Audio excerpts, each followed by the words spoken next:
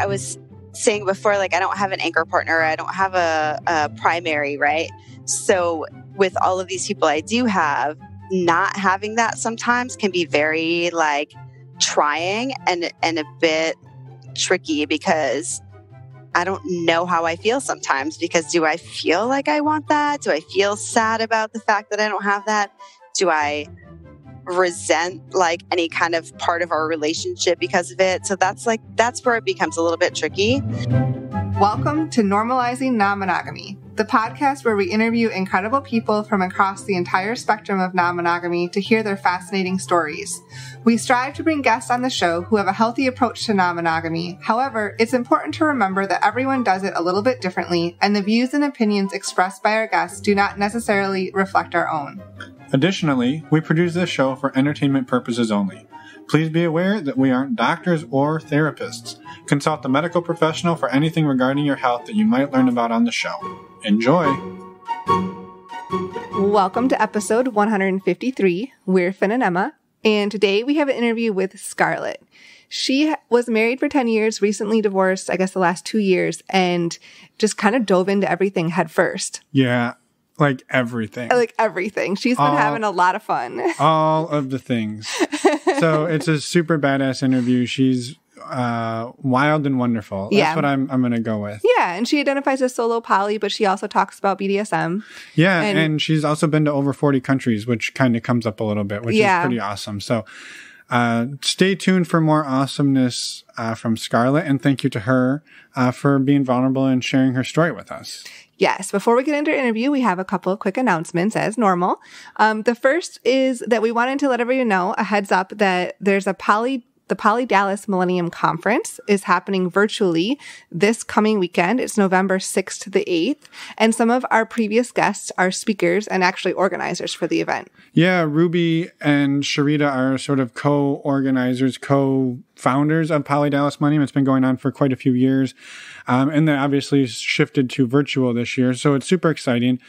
Ruby was on episode 133 along with Sharita. Along with Sharita. Yeah, that was the State of the Union, Black polyamory and uprisings. And the pandemic. A lot of shit going on this year. Then Sharita came back on episode 138, and also way back, one of the OGs, episode 38, was Crystal Farmer, and she will be one of the speakers as well. So if you want to get a sneak peek of that, you can go back and listen to some of those episodes, and then definitely go support Poly Dallas and what they're doing. It's fantastic work, and we're super excited to help throw some people their way. Yes, you can find links to the conference too in our show notes, and you can do that by going to our website, normalizingnonmonogamy.com, clicking on the podcast tab, and then clicking on today's episode. Yep, and we will also put some right in the show notes of your podcast player as well. Save you a couple of steps. Exactly.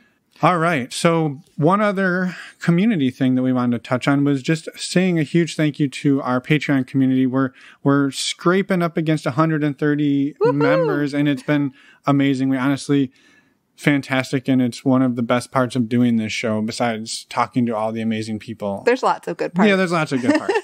But anyway, we just want to say a huge thank you to everybody who's part of that community. We're going to talk more about what that exactly is in the outro, but there are just a couple important dates that we wanted to throw out for anybody listening. Yes. So upcoming dates, we have a women's discussion group call on November 11th. That's a Wednesday. A men's discussion group call on November 17th, and a Q&A on November 18th. And just, we mentioned this last week, but we wanted to just reiterate, with the men's and women's groups, we understand that those are sort of binary terms and can be somewhat exclusive, and that is not our intent. Those groups are open to essentially anybody who feels comfortable in either one of those spaces.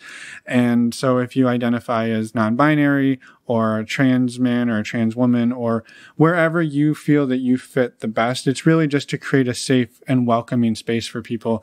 And we're trying to do our best to do that. But I just wanted to say as well, if you are somebody in a community that doesn't necessarily feel safe coming to either one of those, please reach out to us, and we're happy to work with you to help create a space for you as well, because that's what we really want to do. We just don't really fit in either of those spaces, so it's hard for us to organize that. So please reach out to us. We would love to help facilitate that and make it a reality. Yes, for sure. And everything what Finn said is exactly right. I love hearing that. Say that one more. Say it again. That doesn't happen very often. Now say it again. It was music to my ears. Does not happen very often. But in that case, yes, you're right. I'm going to keep that recording forever. For the other quick announcement is our upcoming virtual meet and greet. These are open to everyone, not just Patreon members. And our next one is going to be Friday the 13th. Friday night, it's going to be from 10 p.m. to midnight Eastern Standard Time. And so 2 weeks from now, roughly. A week and a half.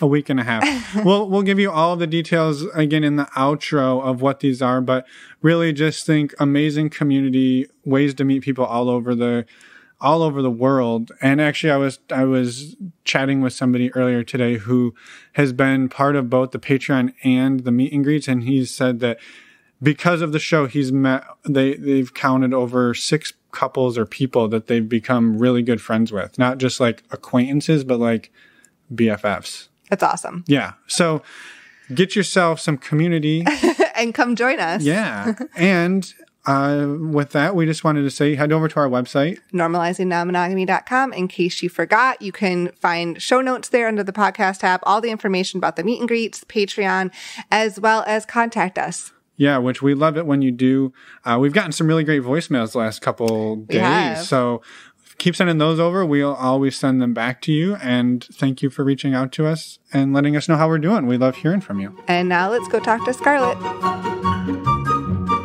Welcome to the show, Scarlett. We're excited. You reached out not too long ago and you listed off a whole lot of stuff in your email about all of the things you've experienced. Yes. And I mean, we'll get to them all, but do you want to introduce yourself for the listeners? Sure. So I am in my early 40s. I came out of a very vanilla marriage almost 2 years ago now. And I kind of dove headfirst into all things lifestyle, like every possible thing I could explore. I started exploring. I now identify as solo poly and have a few people that I have regular, consistent things with. But in addition to that, obviously, there's some other shenanigans that I take part in. But just really enjoying exploring all of that, and also understanding that, what I had before it broke for a reason. So, I'm just kind of still exploring those things. And it feels kind of strange to do that at this age, because it feels like I should have done this a lot younger. And I meet a lot of people as I get into this community that are a lot younger than me. And I'm always just like, you're so lucky that you understand this now in your 20s or your 30s. And you didn't have to wait to go through all this other bullshit to get to this point. But I think that's also why I've kind of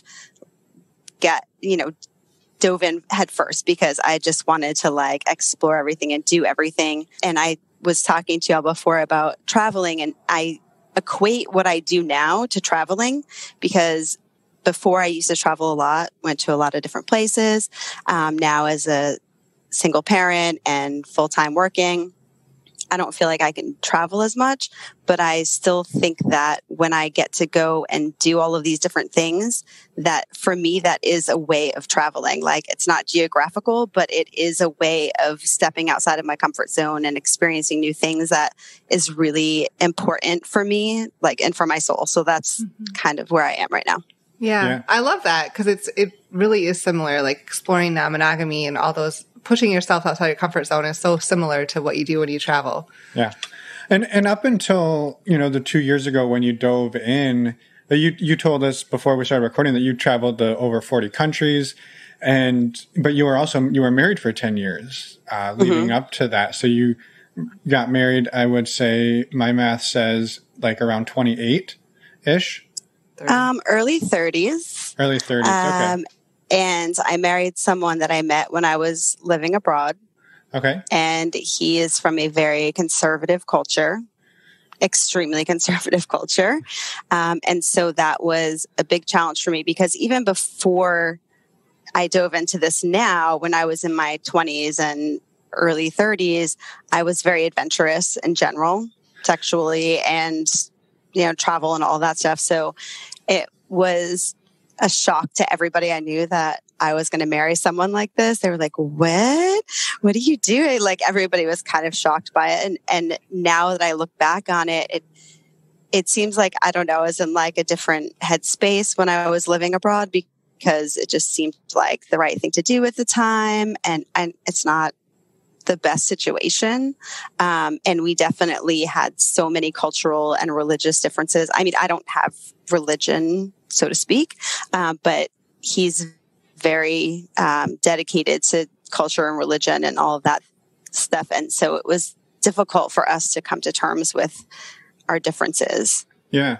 Well, and I think that was a big part of it. Yeah, no, thank you for sharing that. And I think what I was kind of trying to get to was, before your marriage, before you got into the vanilla marriage, was non-monogamy or any of the kink, BDSM, any of that on your spectrum, previous to the marriage, while you were traveling, while you were having all of these adventures? To a certain extent, when I was younger, like, I definitely had some experiences. I mean, listen, I had told y'all, like, I'm a hoe for show. Like, I love being able to just experience things. Like, I always felt like I had autonomy from a very young age, and that was something that was very apparent to me. So I would have lots of different sexual experiences, and I wasn't shy about it, or, I didn't have any shame about it at all. And then there was a time when I was in college, I went to a very liberal kind of hippie college, and we had a co-ed frat, which was not like a frat at all. It was just a bunch of hippies like getting together and like staying up in a cabin and doing drugs and stuff, pretty much. Am I allowed to say that? Of you course. can say anything you want. Okay. So we used to just go hang out at this cabin, but part of like the initiation, like they tried to kind of make it like a real initiation of like a frat. And so you'd have to get paddled. And I was like, every time we would go up to the cabin, I'd be like, hey, I would like lean over the fireplace and be like, hey, does anyone want to paddle me? Like, I was totally all about it. I was like, give that to me. Like, I don't know. So I think that, and then, there's like little things that I knew I always had kinks, and I knew I always had those things in me, but I couldn't exactly explore them with the person I was with.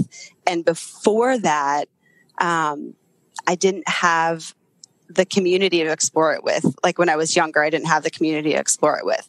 So now it's, like I said, I wish that I knew all of this and had all of this when I was younger, because I think my life would be much different. However, I probably wouldn't have my daughter. And so that's like, that would be the worst, because she's amazing. So, there's trade-offs. Yeah. Right. But, I'm like the old lady at all the parties now. Hardly. I was going to say, we've been to some parties, and you would definitely not be the old lady at those parties. Yeah. People of all ages go and check this out. No, there definitely are. I know. I've seen some stuff, but I definitely am the older of like most of the people I hang out with. But I'm okay with it, because I don't feel, I don't know. I feel like I'm still very much on the same page as them, so it's okay. But right. It's just different. Right. Yeah. So one thing you mentioned was that the marriage, you said it ended for a reason. And I was wondering, is that something you're able to talk about? And is that reason or reasoning, does that play into your starting to explore more? So I think just the fact that I couldn't explain or explore, or I couldn't express myself sexually with him. I couldn't tell him the things I wanted to without him thinking that it was like gross or dirty, which is so awful, right? Because every time I would say something like, hey, let's try this or let's do this, he'd be like, where did you learn about that? Why do you want to do that? Like, that's disgusting to me, because he can watch porn all night. But if I watch porn, I'm like being disgusting. Like, that's not something that women do in his culture, right? So it was this very much like lopsided kind of relationship in terms of, you know, our expectations of one another. And when I wanted to kind of get a little bit more kinky or do different things, there's no way. I even like tried to have him like fantasize about like, hey, what if we had like another woman in bed right now? Like, what would you do? And like, it was the worst. Like his, it was so bad. Like, I couldn't even believe how not just like, it was not inventive at all, but not only that, but it was just like, he couldn't like get there because he could never even imagine that because it wasn't something that he even probably wanted. You know what I mean? Yeah. So it's like, just, it was just so foreign to him. Yeah, it's so strange to me though, because it's like every guy wants, like, not every guy, okay, I know, but most guys like want to do that, right? So I thought like, oh, like let's talk about this and like see where it goes, and like that gets me turned on. And he was just like, like he doesn't know what to say, you know. Like he just was describing how he was going to fuck me like he normally does, and I'm like, okay, but we do that all the time. Like, let's talk about other stuff. So yeah. Well, I think then maybe it's a good transition into you come out of this marriage and you kind of set yourself free, and what happens? Yeah. What does that look like? So that looks like me just finding every possible avenue for exploring. And so basically the first things I did was kind of, I went on Fields. I went on Tinder for a little bit. I met someone on Tinder that actually is still a regular partner of mine.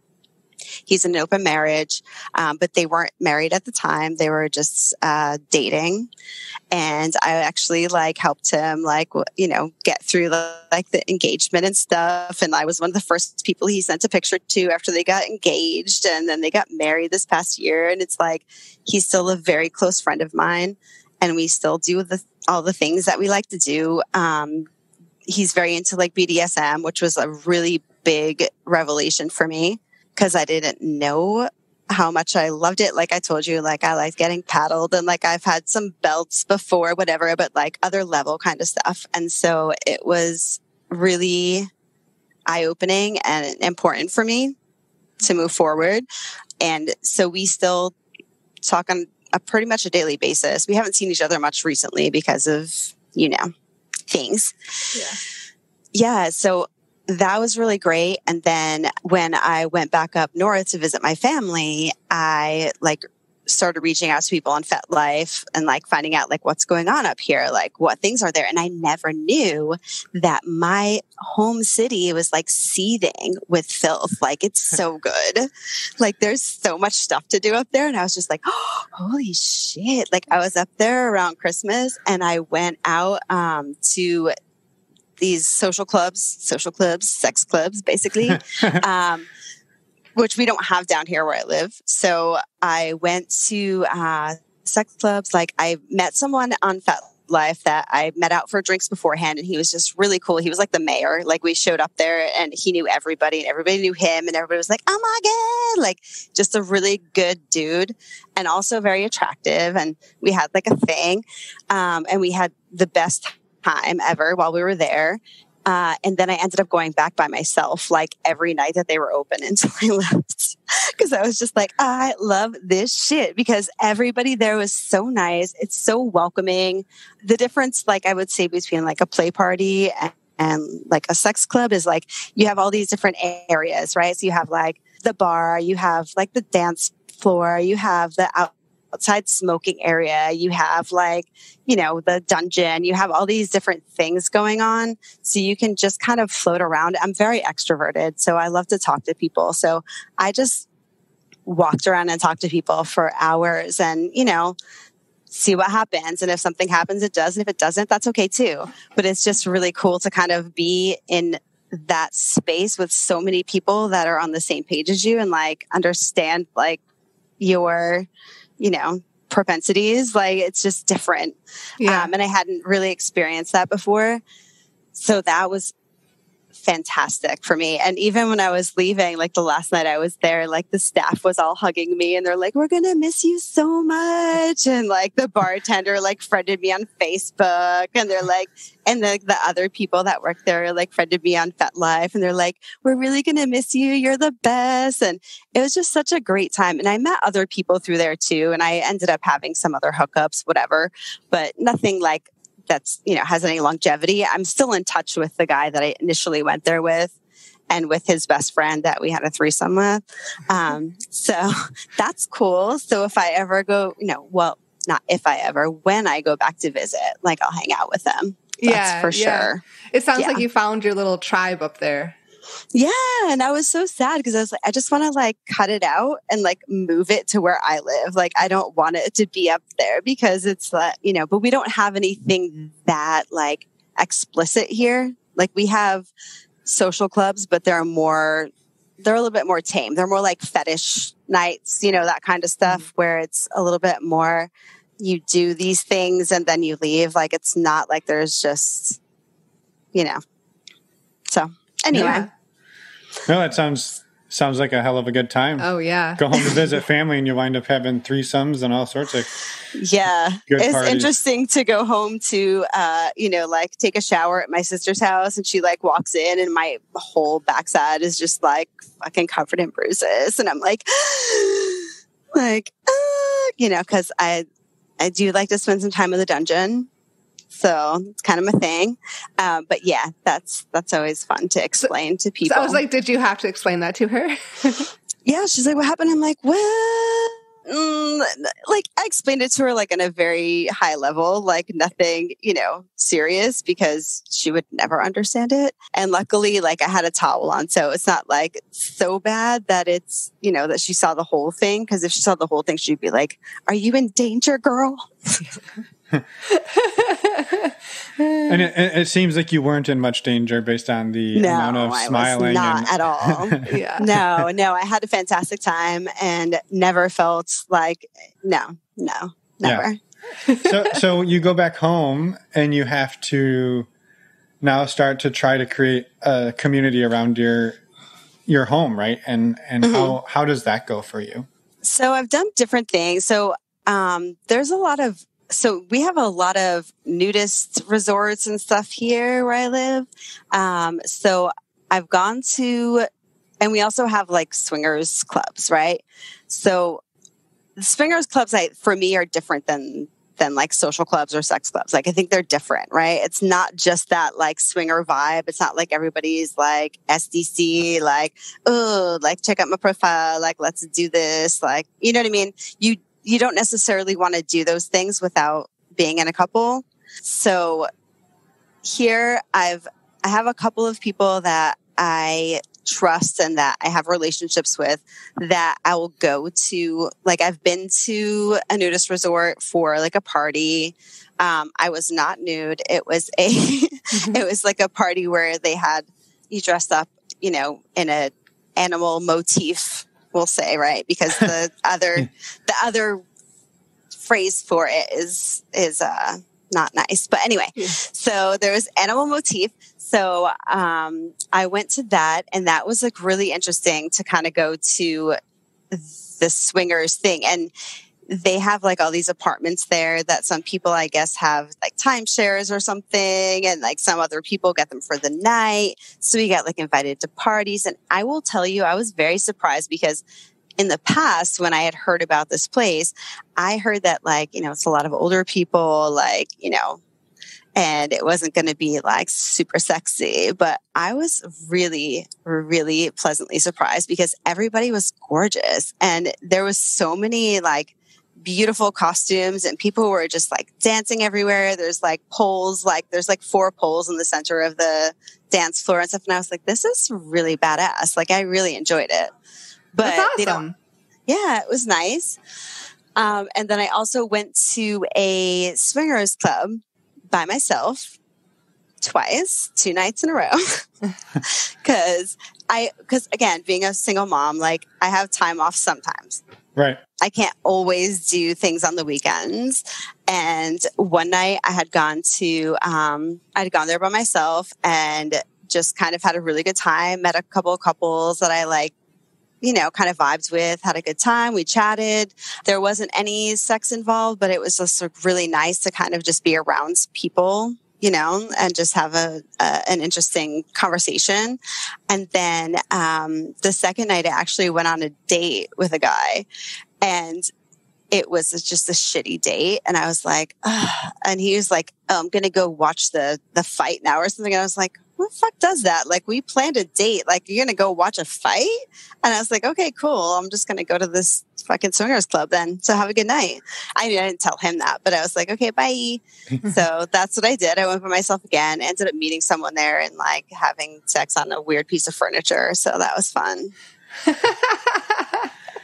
You salvaged that date. I was going to say, right? all while he's watching the fight. I did. Yes, I did. So, yeah, so that, and then I have a regular invite to a play party that's obviously not going on right now, but generally speaking, that's like a monthly thing, and it's amazing and really fun. And I usually go with the same person every time, who's a consistent partner. Right. Mm-hmm. One of the things you mentioned in your email, and I was hoping to talk about it a little bit, was that you said you had some long-term or consistent relationships with sex workers, and that those were somewhat sort of transformational. And I would just love to hear a little more about that. Yeah. So I said sex workers, I think at first, and then I was like, wait. They're not sex workers. They're in the adult industry. Okay. So do make content for the internet, essentially, one of which is probably one of my closer people that I consider to be one of my more consistent partners. And I absolutely adore him, and I root for him every day. And I just want him to succeed so badly, but we have a really, really strong connection.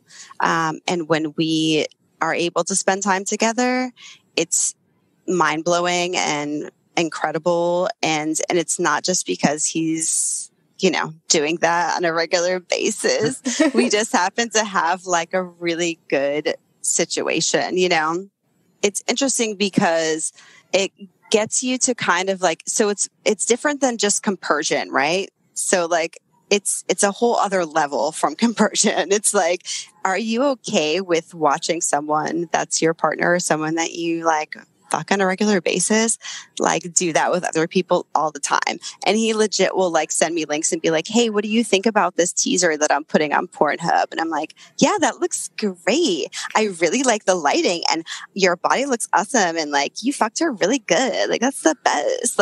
What else, and so it's just interesting and different to have that be a part of my regular kind of thing. But I really do feel sometimes it gets a little bit tricky when there are more feelings involved with other people. The compersion thing is still very tricky for me. Mm-hmm. Right.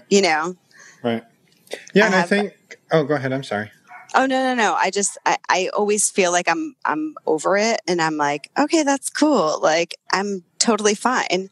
But then I do have moments, of insecurity, like everybody does, where I kind of feel a little maybe I'm not okay with this. Maybe I'm not okay with not being I was saying before, I don't have an anchor partner. I don't have a primary, right? So with all of these people I do have, not having that sometimes can be very trying and a bit tricky, because I don't know how I feel sometimes. Because do I feel like I want that? Do I feel sad about the fact that I don't have that? Do I resent any kind of part of our relationship because of it? So that's where it becomes a little bit tricky. But for the most part, I'm on board with all of the things. Right. Yeah. Sorry, that was not the most eloquent. No, it's fine. And I think sort of what I kind of heard was and I don't want it to play woe is me, because you're having a lot of fun, but that you're not anybody's primary partner. And so you're continually I don't want to say fending for yourself, but like if there's a shitty date, you come home together or you come home by yourself versus if you were in a couple and it was a shitty date, right? You go to meet the guy and he wants to go to the fight. And, you know, if that was us two, we'd be like, okay, go for yourself and we'll go home and we're together. But you're like, well, I'm going to salvage this for me. There's no one there to like bail you out. Right. Yeah. Yes. And I actually had one of those this past week. I had a shitty date and it was a kind of thing where we had like super chemistry, you know, just from talking and like everything was great. And I thought it was going to be fantastic. Like he was like, I'm giddy to see you. Like what guy ever says that? He's like, I'm giddy about you. And I was like, really? Oh my God, that's so adorable. And so I thought it was going to be this fucking great thing. But yeah, at the end of the night, like it didn't go well. And I was like, I'm going to go to the next spot. I was wearing a mask, just so you know, like I'm not out there just being crazy. But yeah, so I went to the next spot and just basically ended up like hanging out with strangers, which was fine. They were very nice. And we had shots together and like hung out and had all the talks about all the things. And it was a fantastic evening at the end of it. But yes, I did come home to just like me and was also at the time like messaging with somebody who I have kind of a regular relationship with, which is he's long distance ish. So we don't have regular interactions sexually, but we definitely speak on a very regular basis. And we started out as sexual partners and then kind of like moved to just being like really good friends. And I'm like messaging him like, oh my God, I can't believe this. Blah, blah, blah, blah. And then he stopped messaging me. He messaged me in the morning. He's like, listen, I stopped responding because I realized that you were drinking and you were not talking to me anymore. You just wanted to talk and just say the things that you wanted to say. And nothing that I would say would even be like a response for you. So that's why. And I was like, okay. But we talked about it and he like kind of, you know, told me why the things that happened. Like I definitely got a little bit, I guess probably mommy-ish with him because he was like, oh, you can come over if you want. And I was like, it's either an enthusiastic yes or it's a fucking no from me. Like, don't tell me I can come over if I want. Like, you either really fucking want me to come over or you don't. Like, I'm not taking it in between. I'll go. You know, it was just like a very strange thing because it was so built up. I think the anticipation sometimes like ruins things, you know, but I also don't like ever meeting someone in person. If I meet them online, I don't like ever meeting someone in person that I haven't talked to for like a good amount of time. Right. To make sure that like you can actually hold a conversation, that we're going to be able to like gel in some way. And I'm not just going to show up for a date, like after I talk to you for a day. So that's why it was like the anticipation, I think, kind of like ruins it. But anyway. Yeah. Right. Yeah, that's a bummer. But at least you were able to, you said, talk to your partner and also just go and have fun that night. Yeah, salvage it. Yeah. I was curious, you know, a lot of people when they start diving into this, they're coming into it almost blind in a sense, and they usually dive into like different books and podcasts, and they look for all of the resources and try to figure out like what's the right way to do this. What do all these words mean? You know, what is polyamory? What is swinging? What is compersion? And you've dropped a couple of the sort of the buzzwords. And I was curious, like, did you dive into it blind or did you go on like a research rampage to figure out like, okay, I came out of this marriage. What do I want to do now? And how do I do it? Because I think that could be really intimidating for people. Like, I don't even know where to begin. Yeah. So I think for me, obviously, Google fucking everything, you know, being on things like FetLife. And also, I'm in a Facebook group that is just like, it's derived from a murder podcast, which is very strange, but, like a, you know, true crime podcast, I should say, not a murder podcast. But it's just basically a bunch of very sex positive folks, mostly women, but some men as well. And so there's just constant dialogue in there and lots of talk about like, you know, all of these things. And so there's that. And then podcasts are a big thing for me. So I work, you know, 8 hours a day with earbuds in. So I listen to the podcast. Like I consume way more podcasts than probably the average bear. And so I definitely think podcasts more so than like reading books, because, you know, I fall asleep when I read books. But definitely podcasts, just groups of people and just kind of, you know, just doing my own research online and just learning like the different elements and the different lingo and all of that kind of stuff and understanding more. But I think I had said to y'all, like, I didn't necessarily think about being like solo poly, and then like listening to your podcast and someone said solo poly and I was like, oh, well, that's what I fucking am. Like, oh my God. Yeah. I didn't realize it because that's not really something that's delved into much, right? Because it's always like you're polyamorous, you're non-monogamous, you're open, you're this, you're that, but being like solo poly isn't really something that's talked about that much. Mm-hmm. So I felt like it was like, oh, okay. That was like a revelation for me. So yeah. Well, that's exciting. Yeah. How have you kept yourself sexually safe and physically safe as you've been meeting people and going on this adventure? So I get tested regularly. I drop pins and send I send addresses and screenshots of people's like social media profiles and anything. If I'm going on a date or going with someone that I've never met before or that, you know, my friends don't know, I'm definitely like giving all that information to my friends, right? And I'm dropping pins if I'm moving anywhere. If I decide to go home with someone or decide to bring someone home with me, like I'm making sure that my friends know that. So because like I said, I'm into the true crime and a lot of my friends are too, you know, we're all about stay sexy, don't get murdered. So we will share that information with one another and vice versa. Like I have friends that do the same for me.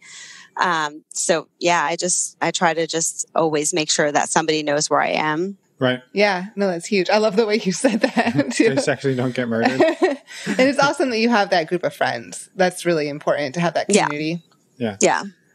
Yeah. And, you know, after coming out of your marriage, after coming, 10 years being married, when you came out of this marriage over the last 2 years, what have you seen about yourself sort of change, either for the positive or the negative, like growth you've seen, just in who you are and what your, day-to-day being? Oh, I mean, I feel like I was not super confident in myself, even though I knew I should have been. I feel like I just feel like I wasn't myself. I feel like I was being someone else for someone else and not really expressing myself in the way I dressed and the way I carried myself and, everything from like top to bottom. Like it's a huge difference. Anybody you would talk to that's known me for a few years would say that it's just like a transformation. Like I came out of a fucking darkness into the light and now I'm just a completely different person. I'm so much more confident. I'm so much happier with the way that I am. I'm much more, I would say that I kind of give off like a different vibe. I mean, I was always like an extrovert, but I wasn't able to be the extrovert that I wanted to be. So now I'm an extrovert and also like I can actually act on my extroversion, so that's what's different now. And so people that meet me would probably, be compelled to spend more time with me or whatever. Whereas before it was like, I was kind of off limits. And so, yeah, it's just really a huge fucking difference. Yeah. Sorry, I bought all the swearing. No, it's not a fucking problem. It's not a problem at all. Do you see anything changing in your future? Like, do you want to just keep exploring or where do you see yourself going? So it's interesting because a couple of the people that I have regular relations or relationships with, are really, I mean, they're younger, a lot younger than me. So I should also say that I'm in my early 40s and I generally only date men that are in their early 30s. I like the stamina and the body composition of men in their 30s. And I'm sorry to anybody that's listening that's in their 40s. I'm sure you're all gorgeous and amazing, but and also have stamina. But it's just the thing. I don't know. Maybe whatever. It's okay. You can like what you like. It's okay. Yeah, and I'm in my early 30s, so I'm not offended. Yeah. See, so I'm allowed to have preferences, right? So that's where I am right now. Like that's mostly like the type of dudes and ladies as well that I date. But when I've recently like spoken with them, they're kind of really hell bent on like finding primary partners and becoming monogamous, which is interesting to me, which is what I was saying before is like, you found this so much younger than I did, right? So you're like on this different, this different path than I am. So now they've already done that for a few years and they're ready for like the long term. Like they want like the marriage and the white picket fence and the, whatever. And it's just like, for me, I'm like scrambling because I'm like, well, do I need to find other people? Because like, are you going to leave me? Like, I can't take it. But at the same time, I support them so much in it and I'm so happy for them. And like, anytime that they have dates with someone that they think is like a potential, I'm always just like, tell me more. Like, I'm very like mommy-ish in that way. Like when it comes to my relationships, like I can very much be like, just that support system. And I'm okay with that. And I don't think that anybody that I have any relationships with now that they would never be in my life. Like, I feel like I would always be some type of part of their life, whether it's me just being a cheerleader on the side or, actually like being able to still have other stuff. But for myself, like for right now, being a mother of a 9-year-old and not wanting her to go through having different people in her life that aren't going to be there permanently. I don't see myself like looking for an anchor or a primary partner anytime soon. Yeah. And I'm okay with that. And I just feel like I've come to this realization that like, we're just so multifaceted and expecting one person to like fulfill all of those things and mirror all of those things for you is so absurd for me.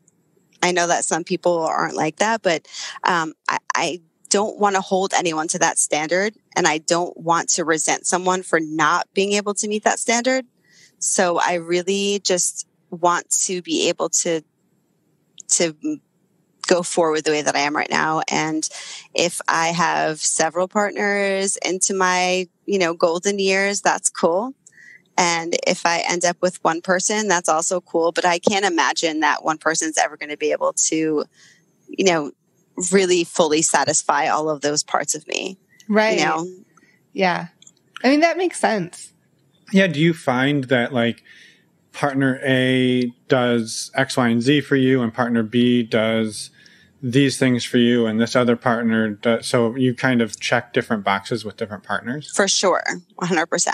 And so like, I think I had mentioned before, like the guy that's in the open relationship that I've been with for like, we've been dating for like over a year now. He's into BDSM.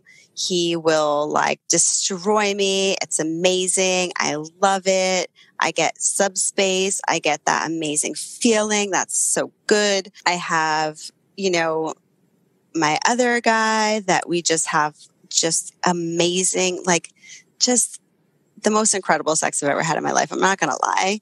It's just out of this world. And it's so, for both of us, like I will cry because it's so good.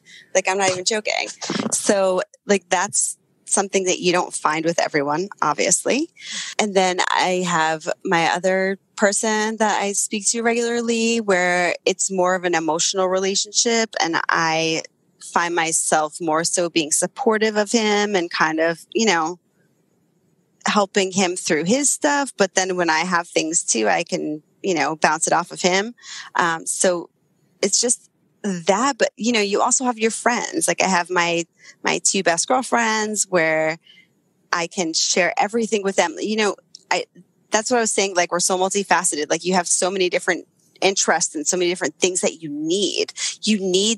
Sometimes you need to be submissive. Sometimes you need to be, the supportive role for someone else. Sometimes you need to, just pour your heart out. Like there's all these different things that you need and that you want. And it's nice to have different people to fulfill all of that. So. Oh, for sure. You mentioned women, in one of your previous, points you made. And so I was curious, like, have you, is exploring your sexuality something new in the last few years, or have you always known? No, I had a girlfriend for 3 years before, around college time. We're actually still really good friends. She's wonderful. Whenever I go up north to visit, we hang out. She's probably like one of the best people I've ever met in my entire life. She's like a hospice social worker. Like who could do that for a living? I would cry myself to sleep every night. She's a wonderful human being. And I've been with a lot of other women sexually. I don't have any women that I'm in like a relationship with right now, but I'm definitely not opposed to that because that's something that I really enjoy. And I've been dommed by women a few times recently. And that was like very, very amazing for me. I was just like, it's a whole different thing than being dommed by a man. So, yeah. Cool. Yeah, I was curious, maybe it's along that same line is like, what are some of the things you've learned about yourself the last couple of years that surprised you, maybe that you were not expecting to find? Well, if we're talking, now I'm in like that whole space of like being dom. So just my threshold for pain, my like limitlessness. So I think that that's also something that can translate into your regular life, right? So if you feel kind of limitlessness, or if you feel that you can take something like that, very intense kind of session or scene, whatever you want to call it. I remember like I had a really super intense scene with a dom, D-O-M-M-E dom. And afterwards I came home and I ended up like doing like a water fast for a week and like quit smoking. And it was just like, did all this, and I just was like, this was amazing for me because it kind of made me realize how much I can endure and how much I can actually do for myself just by being in that scene, which was kind of a weird after effect, I guess. Like it gave you the confidence to push yourself to like a new limit to accomplish. Yeah. It made me understand like what my body can actually endure. So like a 7-day water fast is like not a big fucking deal if you've just endured like 15 different implements of destruction, like on your body. Like it's like, you can do this, you know what I mean? So. Yeah. I think maybe, Emma asked earlier about how you keep yourself safe, sexually and when you're going out to meet people. I think it would maybe be important to talk a little bit about keeping yourself safe in the BDSM and kink side of things because, there are obviously amazing, wonderful people out there, but we have heard of people who take this as an advantage. They try to take advantage of this situation. Like, oh, I can now hurt people, or I can push people to limits that I want, not that they want. So sure.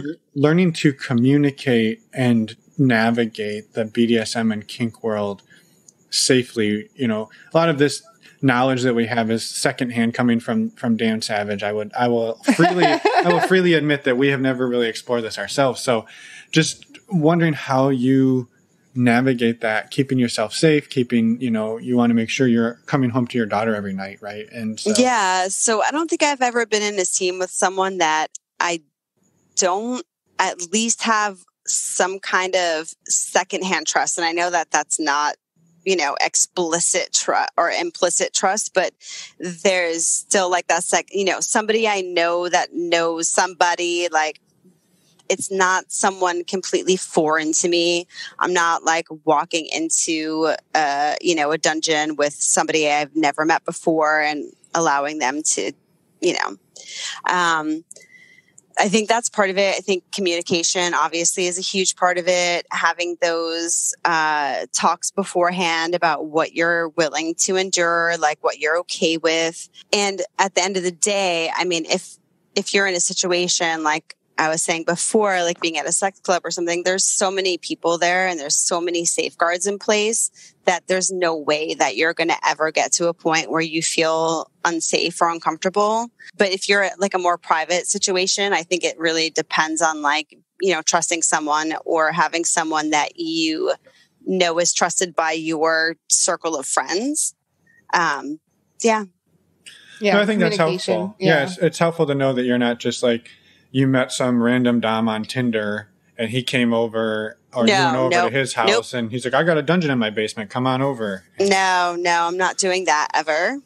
And I'm not having anybody come to my house because I have a child. So yeah, no, I'm not doing that.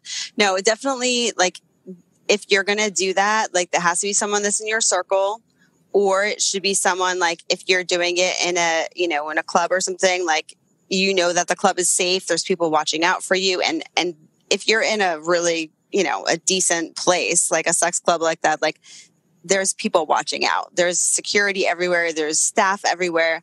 They're always making sure that everybody's safe. And that's the best thing about it too, right? So you can be up on the St. Andrew's Cross in front of 20 people and have the dungeon master like whoop the shit out of you. However, the staff's watching and making sure that you're safe. And also the dungeon master is making sure that you feel comfortable and asking you questions and communicating with you the whole time. Mm-hmm. So, yeah. I think with a lot of BDSM, there's so many safeguards in place when you do it in those public places. Yeah. Yeah. Well, thank you for sharing that. Cause I think, somebody listening who's like, I want to try BDSM and they got maybe this wrong idea of how to go about it. And I think that really helps. Do not answer. Do not just show up at some guy's house that you met on FetLife. Do not just like go up to a Tinder meetup. No, absolutely not. Because you might end up in Silence of the Lambs, like go in, be safe. Eating your own brains at dinner. Yeah. Ooh, right. Yeah. Well, I wasn't talking about that. I was talking about the well, but yeah. Oh, okay, well. Yeah, well, so different partners fulfill different needs, okay? Right. Oh, boy. We took a dark turn there. So are there things, or what are some of the things that you have not yet got to experience that you're maybe looking forward to? Or have you done it all? You've just done it all. My fuck it list. Yeah. Oh. I really want to peg a guy. Are we really talking about my fuck it list? Because if we are, like, there's some stuff. Hey, you talk about whatever you want to talk about. With. So yeah, my fuck it list is I want to peg a guy. That's probably number one. I want to have a bisexual MMF threesome. Mm-hmm. Two dudes that want to get into each other. Like I want that. I don't know what else. I mean, I've done a lot of stuff. Like I've had like group stuff, gangbangy kind of shit. Like I've had threesomes. Like I've had mostly everything, I think. I don't know. Those are some good ones that you brought up. Yeah, those are probably my top two. Yeah. I know. I actually posted it, like I was telling you guys, my Facebook group, that my like little sex positive Facebook group. And I was like, hey, y'all, I think I marked everything off my bucket list. Like, can you help me? These are the only things left. Like, what else should I put on there? And like everything they named, I was like, done it. Yeah. Well, you can always, I mean, you tried to crowdsource ideas. You'll come up with more eventually, I'm sure. I will. Yeah. Of course. I mean, I'm pretty much like I said, I'm like limitless. I just don't want any like scat or like, piss play.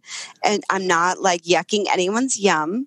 And I'm not like kink shaming. It's just not for me. I don't want to be a human urinal, nor do I want to use anyone else's human urinal, but that's okay. Yeah.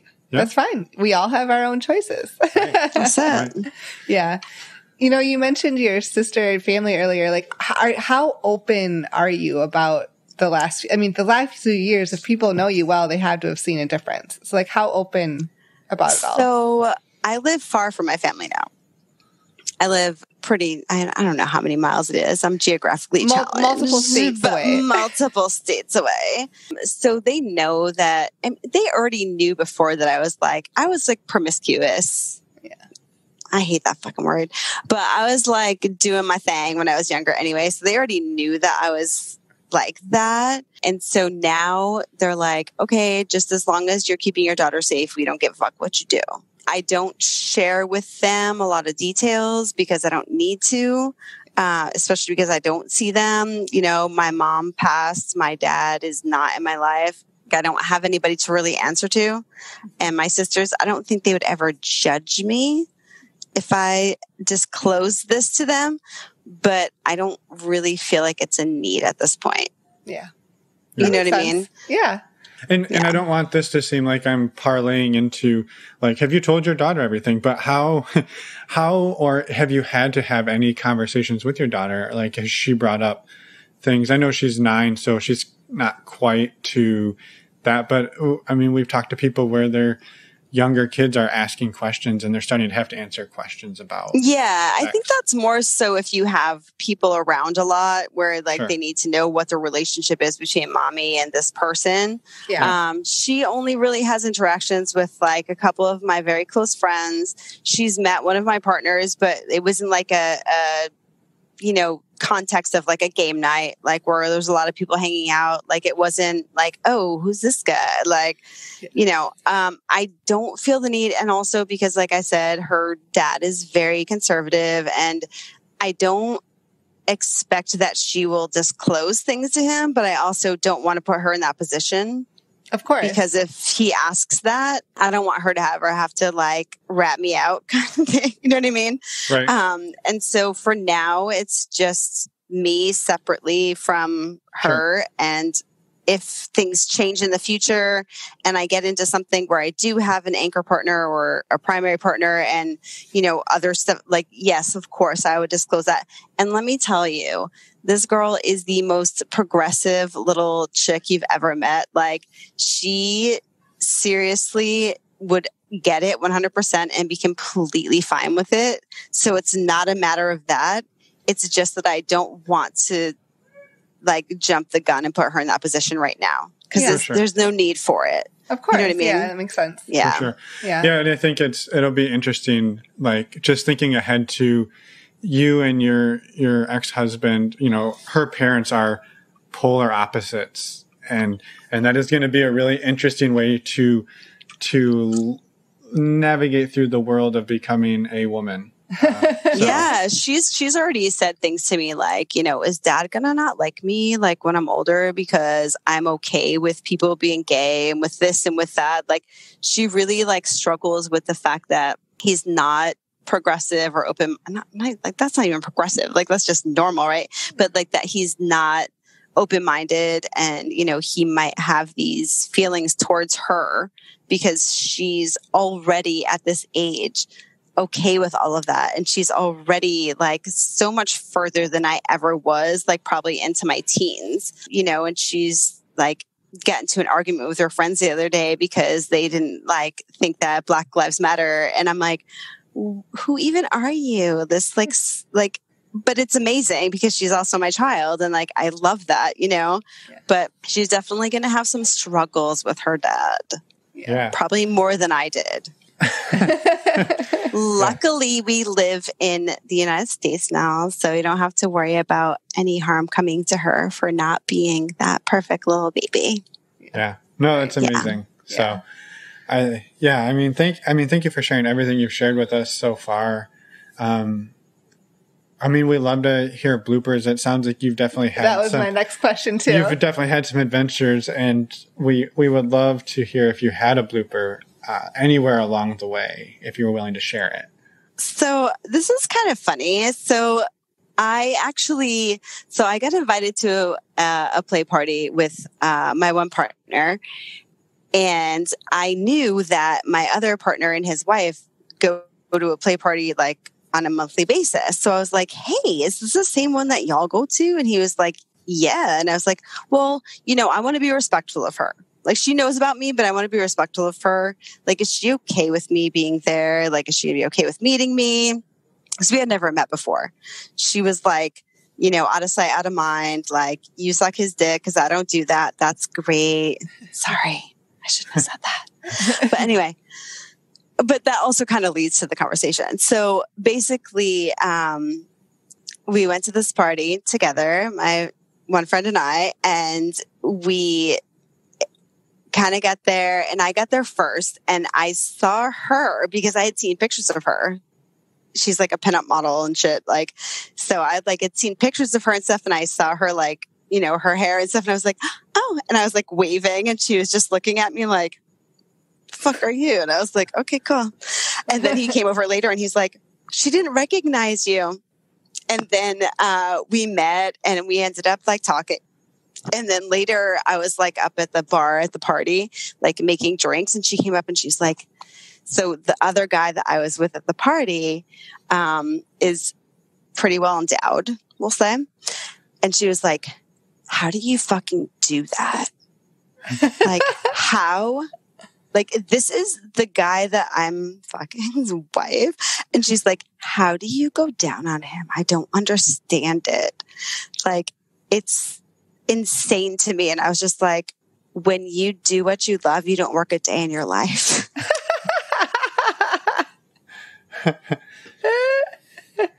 Great response. But yeah, it was just like the weirdest conversation because I didn't expect it at all. Because she's kind of like, I mean, even though she's like always at these parties and she's like into BDSM and stuff, she's kind of prudish. So it was just funny because like we, just to have that conversation of her being like, what?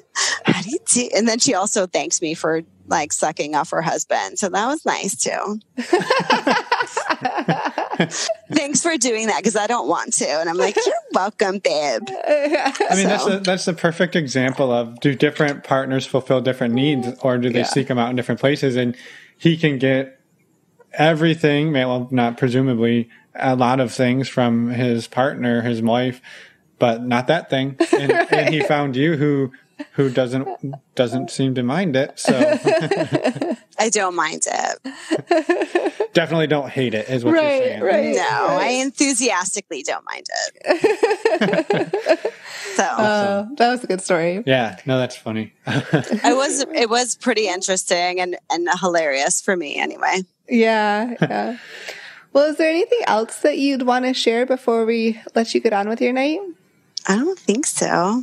We touched on it all. I feel like we covered a lot of ground in roughly an hour. Yeah. Yeah. It's been quite the journey. I think it's amazing that like we love to hear people, coming from situations where maybe they weren't able to be them, and then finding who you are, in honestly a very short period of time. Like, for you to come out of that and in 2 years or less, you're like doing the things you've done and you've crossed everything off your bucket list other than like a couple of pretty vanilla things, to be honest. No, I'm just kidding. That you've done a lot, and I think that's amazing to hear. Yeah. And I'm excited for you to continue to explore and see where things go. Yeah, the trajectory has been amazing. Well, thank you so much again for reaching out and coming out and sharing your story. And yeah, we're excited to get it out there. It was so nice to see your faces. Yeah. And don't tell anybody we have them. So. All right. Well, have a wonderful evening, and we'll be in touch for part 2 that was before the interview. We were doing a part 7, right? You said there was going to be Scarlett in 7 parts. Be. Who knows? Yeah. All right. Well, thank you again, and have a wonderful evening. You too. And we're back. Take 3. Yeah, not my fault. Well, one of them is your fault. Thank you so much to Scarlett for coming on the show and being vulnerable and sharing your story. And it's just amazing what you've been doing and just having so much fun. And we love talking to you. Yes. everything Emma said is correct. Woohoo! There you go. You also don't say that very often. Or ever again. Oh, wow. I'm totally kidding. That's negative. I'll say it next week. Okay. I'll say it next week. Okay. Okay. Hold you to it. All right. We promised everybody all of the gooey details about what Patreon is and what our Patreon community is. So we have 3 different tiers. At the $2 level, it's you get a virtual video Q&A, live Q&A every month. We do 2 of them, one for the East Coast and one for the West Coast. On the same night, and the next one is November 18th. Yep, and those are really just a way for everybody in the community to come together, help each other, support each other, ask any questions. We answer them, people chime in, and it's just a really great community building. Right. You go up to the $5 level, and it starts to get hot in here. You can get involved in our MeWe chat, which we have a group chat as well as separate men's and women's chats, but you get access to all of that. You also get access to the men's and women's groups. So as Finn said in the beginning, we have these groups, but if you feel comfortable in either one of them, we'd love to have you at part of them. The next women's group call is November 11th, and we've been doing this since about April or May of this year, and it's been amazing. And Finn just recently started the men's group. We'll have our first official call on the 17th. Yeah, we kicked it off actually last week, and we did sort of a planning call with anybody who was interested. And on the first one, we had like 17 people. Yeah. So that was amazing, and we're super excited about it. And just really happy to be putting these things together for the community. So come on out, join us. You can check it out for a month, or you can pay for a year, whatever works for you. See if it's a good fit. We'd love to have you, and we don't hold it against you if you don't stick around. No, not at all. The Q&As. No. The meet and greets. Did I do it? Yeah. I always screw those up. You do, and then you just confuse everybody. The Q&As are for Patreon. Yes. The meet and greets are for everyone outside I'll of Patreon. I'll stop talking. Our next virtual meet and greet, again, open to anyone that wants to join, is $10, and it is on Friday the 13th. It'll be from 10 p.m. to midnight Eastern time. And what we do for those meet and greets is we have everyone in one big Zoom room. We give a few icebreakers and chat for a second. And then we split up into smaller groups in Zoom breakout rooms and give you more intimate talking points, exactly. In groups of 3 or 4 people. That was pretty sultry. It was. You gonna talk like that the rest of the show? No. So anyway, you're broken up into groups. You get to meet some different people, and then you come back to the main room. We scramble the rooms, and you try again. And so it has been a lot of fun. We've had a great turnout, and we're excited to continue doing them. Yeah, come be part of that, and just come meet awesome people. And we would love to see you, chat with you, get to know you. We pop around into the rooms and get to know people as well. So we look forward to it. We will see you on Friday the 13th. Yes, to sign up, go to our website, normalizingnonmonogamy.com, and click on the Meet and Greet tab. You can also go to the Patreon tab and find all of the information there about Patreon. Next week, we got an interview with Mariana and Rob. Yes, and this one is super fun. They're a couple from Brazil. Yes. She is actually writing a children's book, sort of how to explain or how to talk to your kids about polyamory. Yeah, no, I'm really excited for it. Yeah, it's super amazing. The book is not officially, she's written it and the illustrator is working on it. She's launching a Kickstarter campaign to get it published. Yeah, next week. So if you want to go sign up early to be on the mailing list for the Kickstarter, we would be hugely appreciative. We are not financially backed by this book in any way, shape, or form. We just love what she's doing. Yes. Head over to our website again, as we talked about. Under the podcast tab, you'll see show notes for everything, and there will be links in there for her Kickstarter. You can sign up and be up to date on it and get involved and support her. And I think that's it. That's all we got this week. That's it. Just 45 minutes of intros and outros. And Finn was right 100% of the time. Hey, so was I. You told me I was right. Yeah, nailed it. Yes. High five. All right. With that, everybody, we hope you have a wonderful rest of your week. Don't forget to go check out Poly Dallas Millennium. Yes, this weekend. And have a wonderful time. And we will see you all in a week. Bye, everyone. Thanks for listening.